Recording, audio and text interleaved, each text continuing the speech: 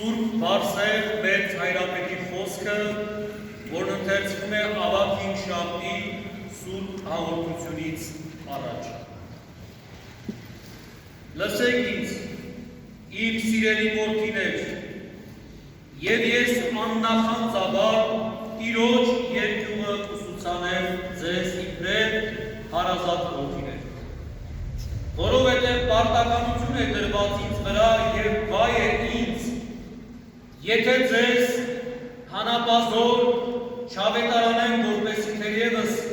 կարողանամ ճանաչել տալ ձեզ, թե ինչն է Աստծո խոսքը, բարի, մարդու որդի, քեզ և փողով չազդարարես, և նրան չզգուշանան, և սուրը գալով որևէ մեկին անպատված գտնի, նա կմահա